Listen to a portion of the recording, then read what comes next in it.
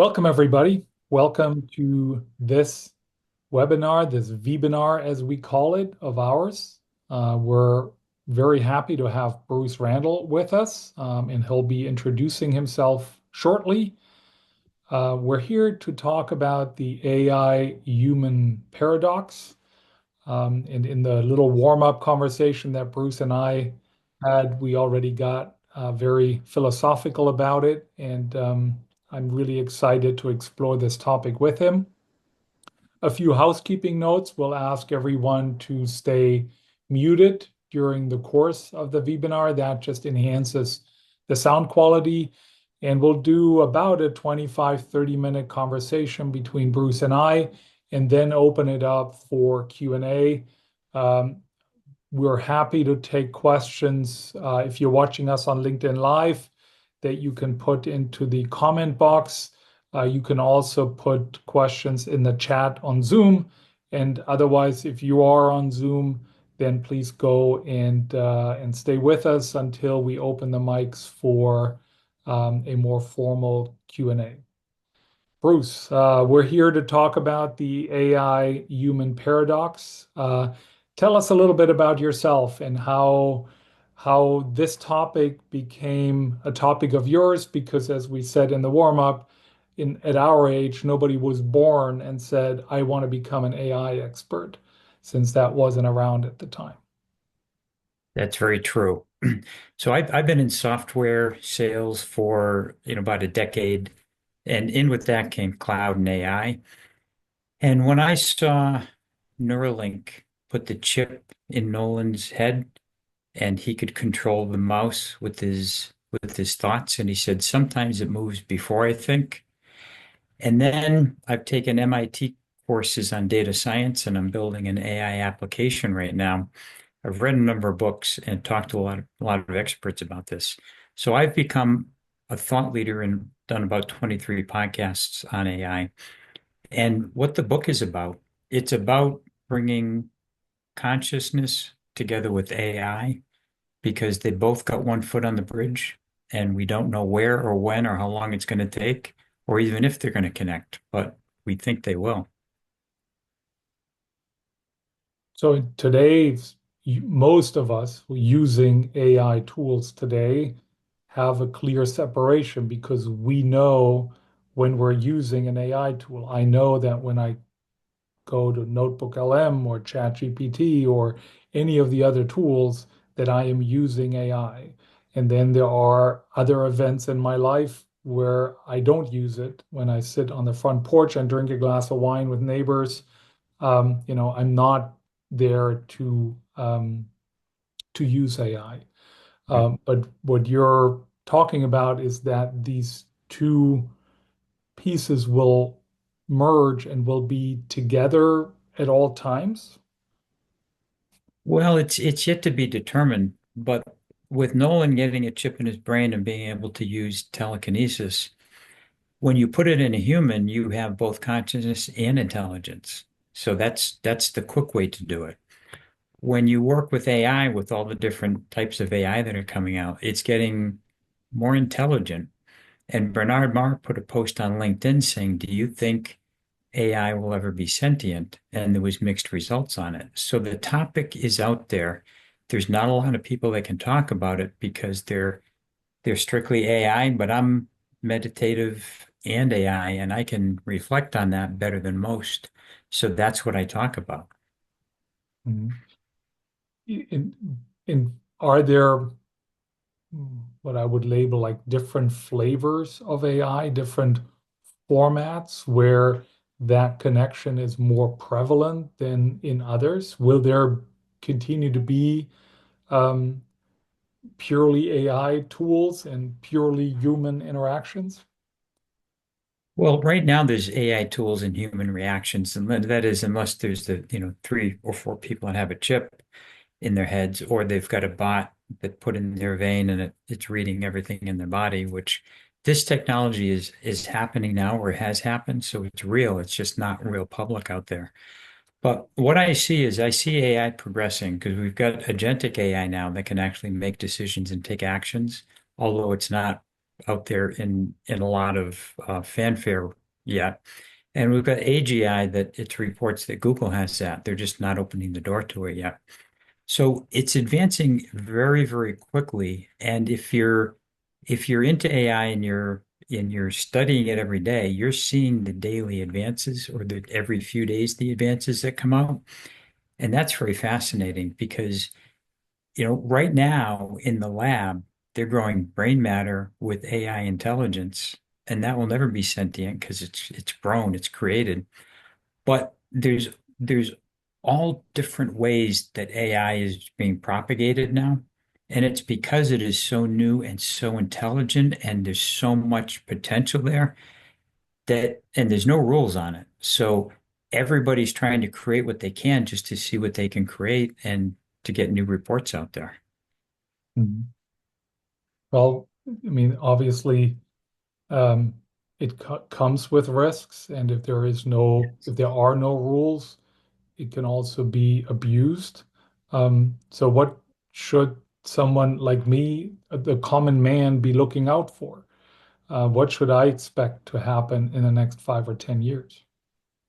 Well, 5 or 10 years is actually a long time when it comes to this because we're looking at robots that can come out and do your house chores that are AI based in the next year or two.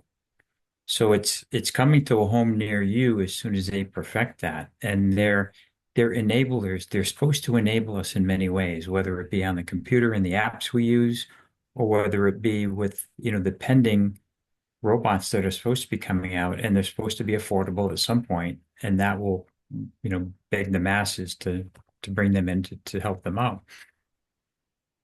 What you can do to protect yourself is really just your normal protections, your cyber protections, your, two types of authentication on your accounts and so forth. AI is not being used for nefarious reasons that I can tell because that's under the radar and that doesn't get published. I'm just reading what's above the radar, which is all the good things that we're doing. But with the speed that it's coming out, it's going in many different directions, and nobody knows where it's going to be in 6 months, never mind a year, because it's moving rapidly. It's moving. When cloud came out, it was moving very rapidly. Like cloud, 3 months was a year. With AI, you've got in some cases a year progression in just a few months. So it's moving very rapidly. Mhm. So for your book and also for this webinar, we use the word paradox when we describe that relationship between humans and AI. Right. What does that mean to you? Because you chose it first for the book. Good question. Yeah, I chose the paradox. It came to me in meditation because, we don't have enough information to determine if it's going to be mostly good or mostly bad. I tend to believe that it's going to be mostly good because what Neuralink is doing is they're putting the chip in quadriplegics to give them a way to mix into the public and be able to have a better life. The next thing they said is they know they can hook up to the ocular nerve and they can restore sight, or they believe they can do sight. And he said there isn't anything we can't do. So it's just a matter of making the connection. So when you take a computer and you're building something, is if you can connect it and you can get the software to talk to each other, you can do it. In a human, if you bring AI into the body and you can get it connect, you can pretty much do what you want as long as you can get the connection going. Mm. So it's bridging the gap. It's early stage now right now, so not a lot of people are really looking at this. But because it's near and dear to me, and with the AI I'm working on, it's building applications and working in the data science, but also it is the holistic part that deals with the cutting edge that the medical community is doing right now. And the medical community, a lot of what they do doesn't always get out, but the AI that they're doing is getting out because they want to show that they're advancing in this and that they're going to be a leader in this. And and I'm sure there will be leaders that come out, but in my opinion, we're still going up the bell curve of AI. We're not at the top. And I've met people that have said they disagree with me and they think we're at the top, but I don't think we're there yet because there's still a lot we don't know. And there's some pullback now. There's some data centers that are being jettisoned by some of the larger companies. So nobody's made money with AI. So the fact that they haven't made money with it, the boards are saying, look, we need to reconfigure this because we can't keep spending millions or billions and not have a return. So it's that mix that's going on right now that shows that we're still going up that curve. And when we get to the top of the bell curve, then, the strong companies that have something that the people want usually are emerging there and they get stronger as we go down the curve.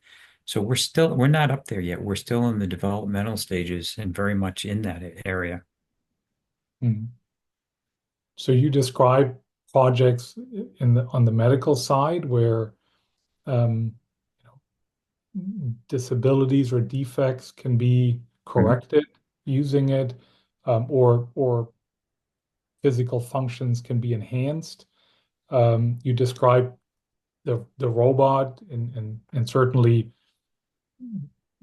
a lot of the other tools that are out there today, they're designed to make mundane, non-value added tasks uh, to be automated, and to not take our time as humans. Um, so that those are some two types of projects. What other types of projects are out there where we're bringing um, humans and AI together? Well, there's projects dealing with in body. For example, one of the companies that's out there has cut the carotid and put a pill in that has bots in it, and the bots dissolve and go over the body, and they can read any part of the body. Now, this is real and it's happening now. So that's something that is giving a big advance for medical community because it can tell you what's going on inside, in a real-time basis.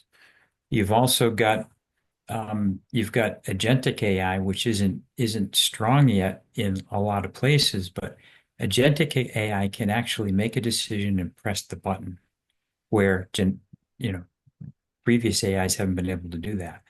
And that's in the development stages right now. So you've got cars that have AI that drive themselves, and I don't think that's been perfected, but it's getting there. And you've got AI in some level in traffic systems. You've got it in aviation to some extent. So it's getting out there slowly but surely in a vetted way. And when I was selling software, the apps that we were selling 6 years ago had AI in it. We just didn't tell them it was AI. We told them it was smart analytics, right? So it's been there, but since the LLMs have come out, now it's been mainstream, and now everybody's talking about it because now on their computer and they're working with it. So now it's real because it's in front of them. Hmm. Um, I know there are experts out there who look at the relationship from an ethics point of view. Mhm. Um, in your observation, do you feel there are ethical boundaries, for example, that shouldn't be crossed? Are there things that are happening that you wouldn't consider ethical, or are we still in the right space? Well, that's a very good question. And ethics is really based on the person looking at it because everybody's got a little bit different ethics. And it's based on opinions and belief codes. So that's where the ethics come from.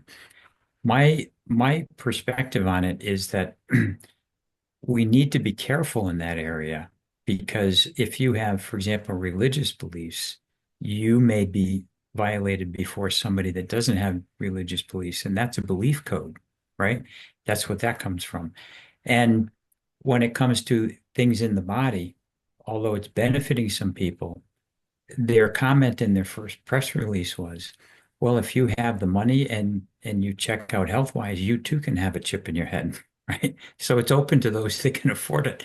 And that press release just kind of opened it up for me. I'm like, really? It's commercial. I mean, it's a select group of people that could afford that, but it's commercial now at some level. And they haven't push that any further, probably for good reason, but that's where it started. And where it will go from here is really anybody's guess. Mhm. And ethics is really up to the individual. Right, right.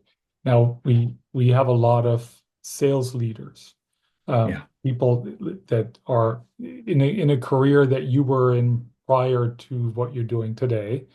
Um, it- what can they expect when they take on sales leadership roles in companies?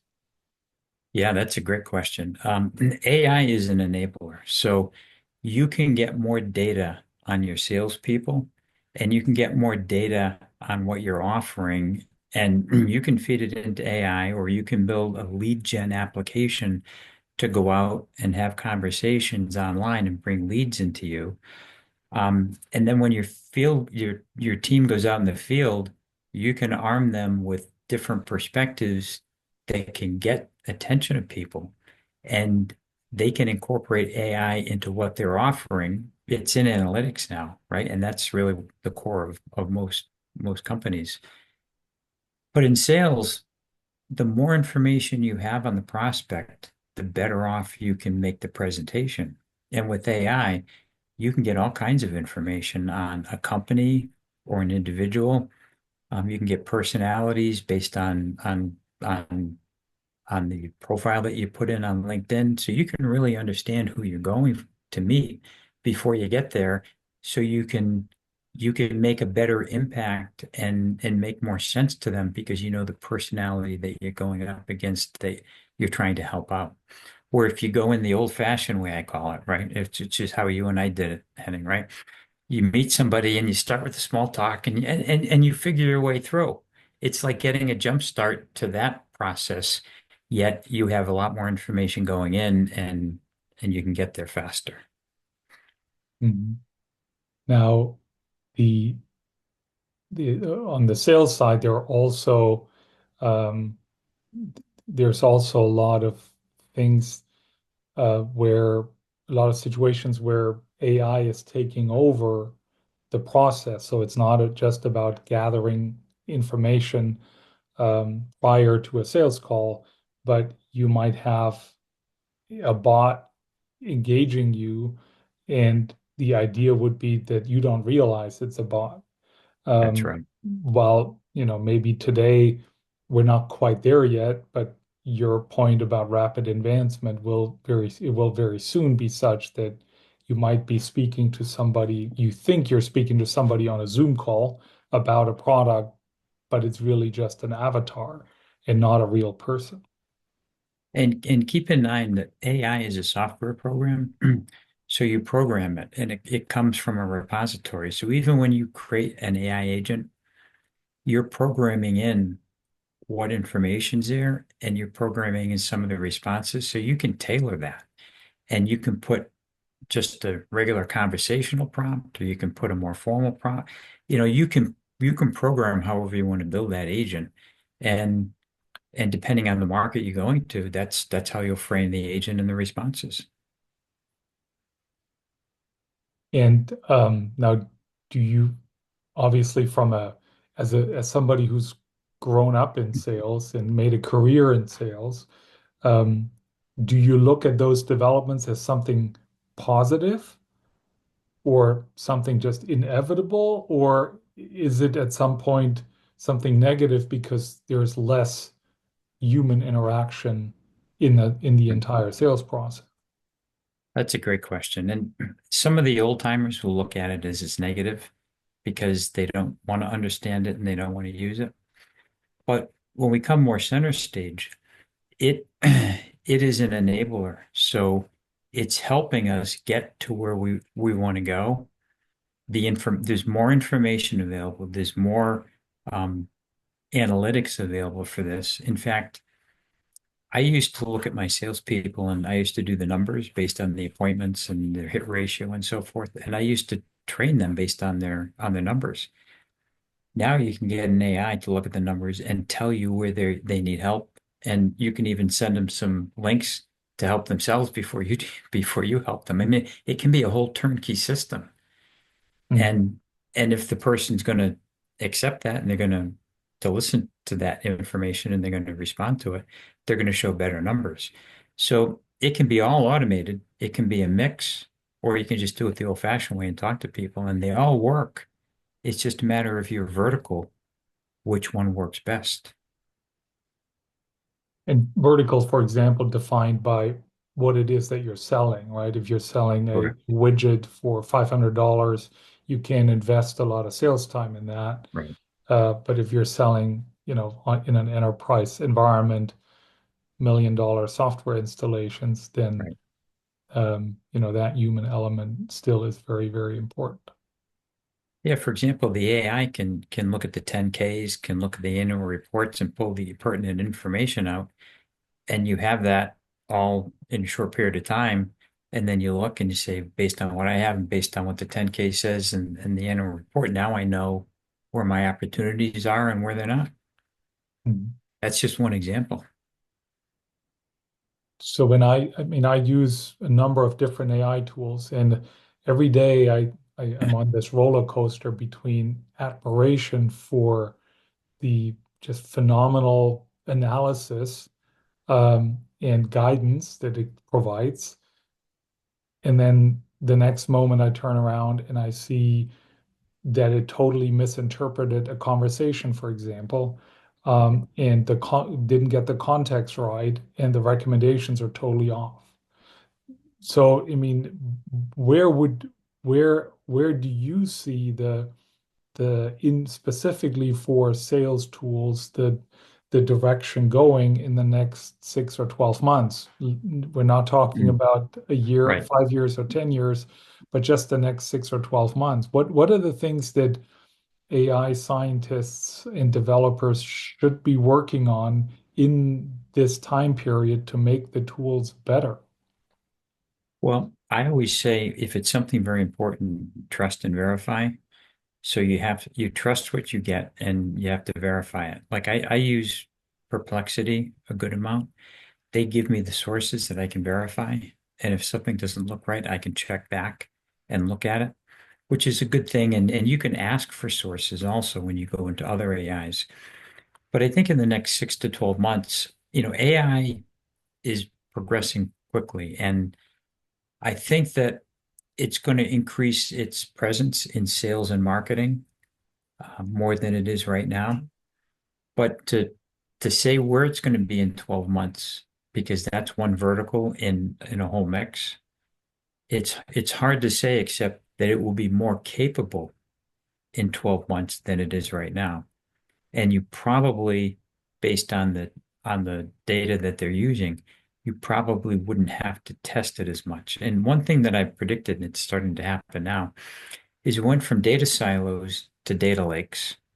And now we're starting to go back to data silos. And the data silos are where there's true data and there's accurate information for that vertical or that profession. And it's happening in the medical field right now.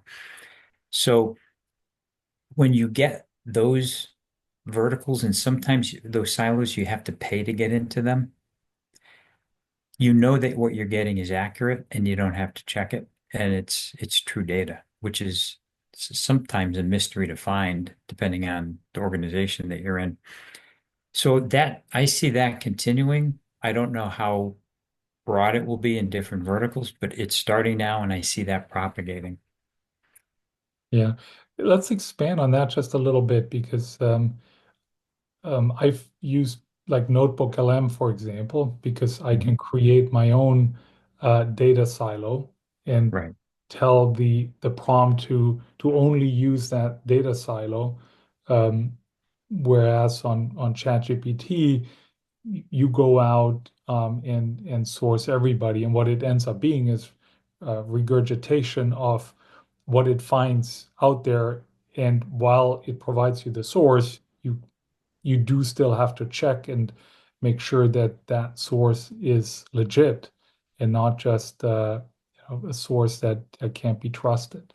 So, in sales again, where do you see the application for data silos and for data lakes? Well, I know one company that I podcasted with that has a pay only. You have to enter by paying a fee every month. Their data is their true data of all their content for their whole career. And if you put in a word or two words, it will find everything in the repository for those two words. Like if you have price negotiation, it will bring up all the things with price negotiation right there for you to look at and study to see what you can apply to. That's a good example. This person was in the forefront. He did this early on. Now, he didn't particularly like AI, but he's using it, right? So there's your paradigm and your paradox. Um, but I see in the medical community, my wife is a doctor, and she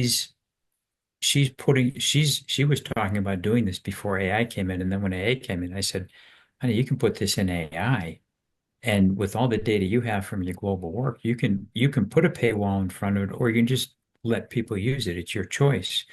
But she's a global nutritionist, in many countries, so she has that data that the nutritionists would want to see, and also other people, because nutrition in babies is more important than anything because that's the core of how they develop. So you've got different areas that are going to use it more than other areas, and those that lead in the field are going to come out first until, of course, something better comes out. Hmm.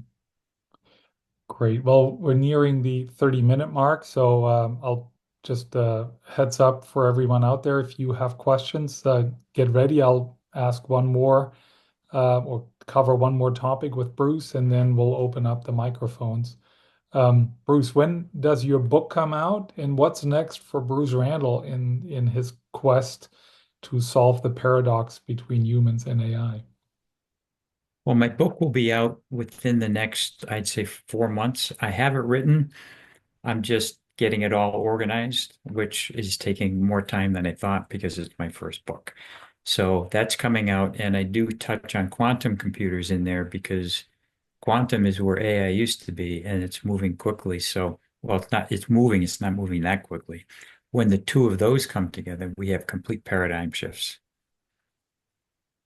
Okay, Thank you for that. And what's next for me is I'm working for myself in sales right now, and I'm loving it. So I'm helping companies with sales and with AI. cool. Dan, you raised your hand. Give us the honor of a first question from the audience. I did. I'm gonna lower it now. Whoops. Where'd you go? Sorry. Can you hear me okay? Yes, we Yes. can. All right. So, about 10 years ago, I had some software developed in the Ukraine for me to build a scorecard for sales teams. So the scorecard is a promise-based management system. I've talked about it on here 2 years ago, believe it or not. Um, so I've been looking at redoing that software, but then I've been thinking, and I thought maybe my AI would help me do that, and my AI said that he could. Um, but now you're giving me an idea that I could literally embed my scorecard system in AI, give it information from each client, and have the feedback come back from AI a hell of a lot easier than creating a dashboard. And you could create a dashboard in the AI, but it'd be very simple. And then monitor it as the client's performance goes forward. So you've changed my thinking. I don't have to do that. I don't have to go out and develop damn software again. Right. Because AI and analytics has been around for a long time. So you can get analytics to do this for you, and AI can drive it, and it can be all automated. Under, with my view of what your scorecard is, which I believe I understand. Yeah, it also creates a differentiator for me because nobody else has even thought of this way of approaching Mhm. for specifically. And I'm about to add other clients to use the system with their clients. And forgive me for putting my hand up here. I dropped a tooth, knocked the tooth out yesterday. I'm going Oh to the no. dentist in about an hour, so I'm a little self-confident about that. That's Um, okay. It's just a tooth. I know it's just a tooth, but now I look like a hick. Um, where now when you talk about analytics, help me understand that, Hmm? what you're talking about. Where Well, do I and find it? um, you can ask AI because there's probably analytics that can support you out there. You can sign on to any analytics platform and look at what they provide based on the data that's input. And like I can go out and get an AI lead gen app built by somebody that I know in like 3 hours, right? So there's a lot of people that can build this for you, and you just have to find them because maybe if it's something specific, you'd like to have it built for you versus using what's out there. And it's not complex. It doesn't sound like it's that complex of what you're doing, so I don't think that would be that bad either. And then it's an auto updating type of program. Mhm. Yeah, I think you changed my paradigm about this. Huh. So thanks. Yeah, you're very welcome. Thank you for the question, Dan, and for the comment. Any other questions from the audience? Andrew, you unmuted yourself. Yeah, I have 182 questions. But let me start with the first. Hi, Bruce. Good to see you. Thanks for your comments and insights. Um, Dan, good to see you. Um, Bruce, I spent about 30 minutes with a prospect this morning on a call, Mhm. and based on my usage of AI across the board with many different kinds of apps and the ability to research extensively using many different tools. I got more in a 30-minute call than I could have ever gotten from any third-party external source. Right. And I'm sure you can relate. Humans are still doing business with humans. Correct. Is that Can I changing? ask a question for you, Andrew? What information did you enter and where did you enter it to get that? Where'd you get the source? And then what did you enter it into to get the result you were looking for? No, maybe you misheard me. Yeah, Dan, I did. I'm what I'm sure. saying is that in a 20, 30-minute call with a prospect, I got more out of that one-to-one Mhm. personal conversation with the human than I got anywhere else. Uh, Oh, so my point is that people are still doing business with people in many ways, right? I'm not ordering a widget online through e-commerce and getting it. That's a whole different thing. But at the enterprise level, with um, important contracts and relationships and high ticket kind of value added purchases in services, particularly that Mhm. require kind of at least that require people to people interaction at the moment. So my point is people are still doing business with people, Mhm. and mhm. for me, I can get a lot more out of a 30-minute call with a person and in a constructive, consultative kind of conversation than I can through any third-party research. Right. Okay, I have another question for you. So What Zoom has the capability of, because I know because somebody sent me this after a call, the ability to record the whole conversation and then print it out, in letters, just print it out. Could you take that and enter it into AI and maybe get some kind of information from that. For sure, for sure. I mean, that's a great point. Yes, you can take a call transcript, put it into any LLM and say, you know, give me some forecasts about how I can move this conversation to the next level. For sure. Yeah, For sure. yeah, But the key question, Bruce, is um, yeah. Wow. do you do you see this dynamic Mhm. change being disrupted anytime soon where this human to human, person to person interaction is being diminished with the most important high value added or high value kinds of conversations and interactions? I think the most important high value are going to be the last to go if they go, and I don't think they're going to go. I think they're still going to be needed. But a lot of the supporting, like when I was in software, we used to have to meet with the clients, ask them 101 questions, to scope something, and then decide on a plan to migrate. But now we connect to their software, we scan it, and we have an automated system that will migrate for them. So we cut out a lot of the laborious work that doesn't need to be there, that can be replaced.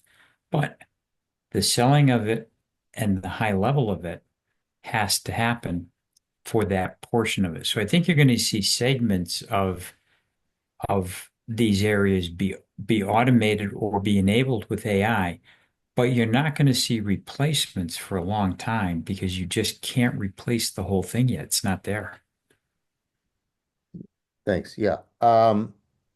And a different kind of question, and this is one where you might be advising young people. You may have relatives in there who's 15, 18, 20 years old. Their lives, their futures, their careers are just ahead of them, entirely ahead of them. Right. What what are you telling them? A good question. I was at my son's wedding this weekend. I talked to quite a few of those. And what I tell them is look in the vertical that you're in, find out how AI can enable you, and then get to know AI, learn about AI, because it's supposed to make you better. It's not supposed to replace you. And if you don't do this now in what you're doing currently and start learning about AI, in a couple of years, you're going to be looking from behind as the people who did are ahead of you. So I guess my message is understand, even if it's LLMs, understand how to properly prompt or how to prompt to get the best answer instead of just asking a question in AI. Learn how to ask second and third questions to really get to the point. And this class is for AI prompting. I don't think you need it because I just think you need to think about it and use common sense when putting in a prompt. And then if you're curious, take a course in understanding something about AI, whether it's building an AI app on top of LLMs, which is not hard to do, right? There's programs out there that can do that. And it's actually pretty easy, but then you've got knowledge. So when you're working on your business problems, you have knowledge of what you may be able to do that can help you work out your problem. Sometimes it's a matter of data, and you just need to get more data or get better data. You can do that also to fine tune your decision makings. But if you just choose to randomly use AI when you need it and you don't really pay much attention to it, you're not going to advance yourself as I think you need to for the future. I mean, that's why I'm an older person. I've taken a data science course. I've taken an AI application course because my perspective is if I'm going to work with people on this, I have to have a hands-on experience to be able to advise them the best they can do, right? Because if I just have concept, I'm no different than the other person. You've got to separate yourself from everybody else and figure out in your vertical what you can do to make yourself better than everybody else and just continue on that path.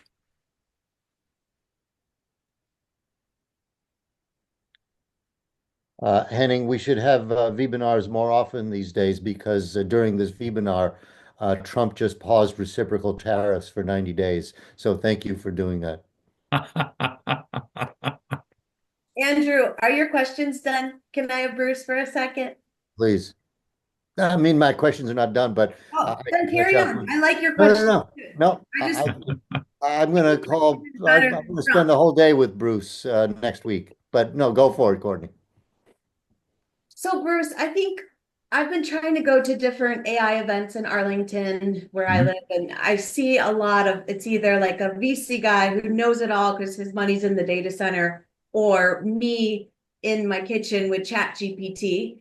And Right. you're kind of, or a well-funded startup, et cetera, but you're kind of the anomaly middleman that is a little further than we are, but obviously Mhm. without the $10 billion. So what does your like home lab look like past Chat GPT, pre data center and physical GPUs?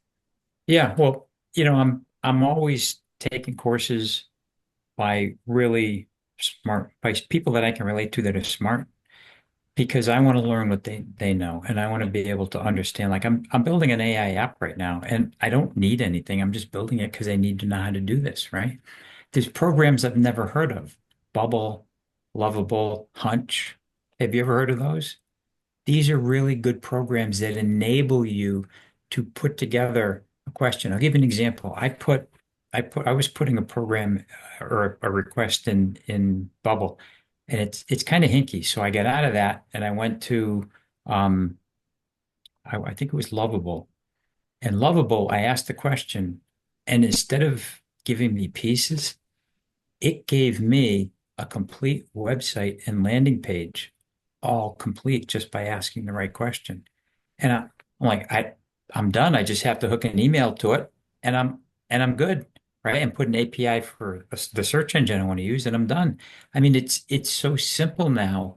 If you just take a look at it and try, or take a course, and I've got courses I can recommend that I've taken that have been very good, or find one of your own, that all of a sudden you've got a capability that you never thought you'd be able to do, but it's a lot easier than you thought, and all of a sudden you can do it, right? If you don't try, you're not going to get there. And with AI, you've really got to try different things and find out what works for you. And I don't know what you do, but even in your vertical, if you can fold something in there that can help you do what you do a little bit faster, a little bit better, then you've got more free time, or you've got higher accolades because you did it faster and you did it better. Right? Great. Thank you. You're welcome. Yes, thank you, Bruce. We're at the 45-minute mark, so we're going Okay. to close the webinar now. How can people get in touch with you, Bruce? The best way right now is on my LinkedIn, and it's Bruce D. Randall. Um, and I'm easy to find because I'm posting, and it's there. I have a website for my book that's not quite done yet, so I don't want to really put people to there. But that's going to be posted on my LinkedIn when it's done. Great. Well, thank you for joining us. Thank you for sharing your insights. Obviously, very important, and I think everyone here said it. They walk away with something new that they've learned along the way. So thank you for taking the time. Everybody who's listening live, thank you for joining us, and those who listen to it later, thank you for listening in, and join us for our next webinar in 2 weeks. Take care.